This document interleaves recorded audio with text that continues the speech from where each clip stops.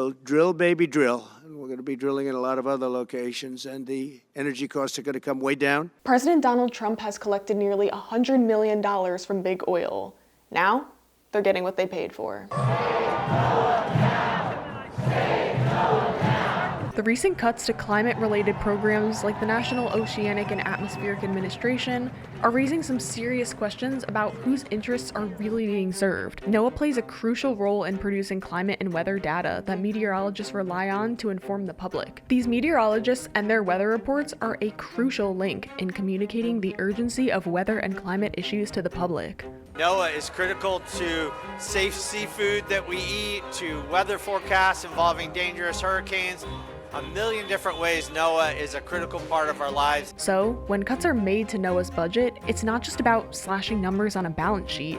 It's about limiting the flow of information that the public depends on to understand the world around them. These actions appear to be part of a broader conservative strategy outlined in Project 2025, a framework that aligns closely with the Trump administration's approach to government operations. Project 2025 calls for reducing the scope of agencies like NOAA, citing concerns over spending and what it calls climate change alarmism. The blueprint even proposes privatizing weather data, ending NOAA's long-standing mission of providing life-saving forecasts and warnings to the public for free. The departments being slashed here represent less than 1% of the US federal budget. So what's the motive here?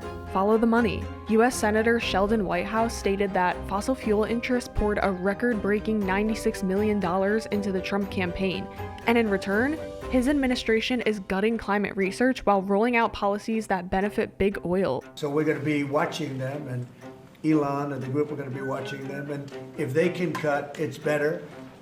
And if they don't cut, then Elon will do the cutting. Businessman and senior advisor Elon Musk now heads the new Department of Government Efficiency and has already slashed more than 100,000 federal jobs, many from agencies focused on science climate regulation. His blunt force approach has been under mass scrutiny, but the biggest winners are clear: the fossil fuel industry and its allies. As Trump continues to make deals with the fossil fuel industry, his interior pick, Governor Doug Burgum, has become a key ally. Burgum has long been close to oil and gas interests. Now as head of the Interior Department, Burgum will control federal lands, including oil and gas leases, despite the U.S. producing record amounts of fossil fuels. He's already co-hosted a banquet with top fracking executives. And this is not just an American problem. Countries around the world are taking steps to protect their democracy from corporate and foreign interests. Greenland recently passed a law banning foreign and anonymous political donations after Trump's infamous attempt to buy Greenland raised concerns over political influence.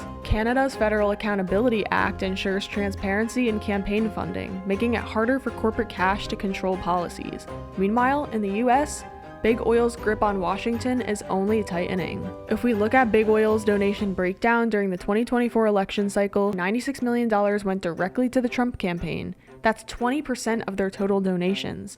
When fossil fuel giants pump millions of dollars into campaigns, they expect a return on their investment.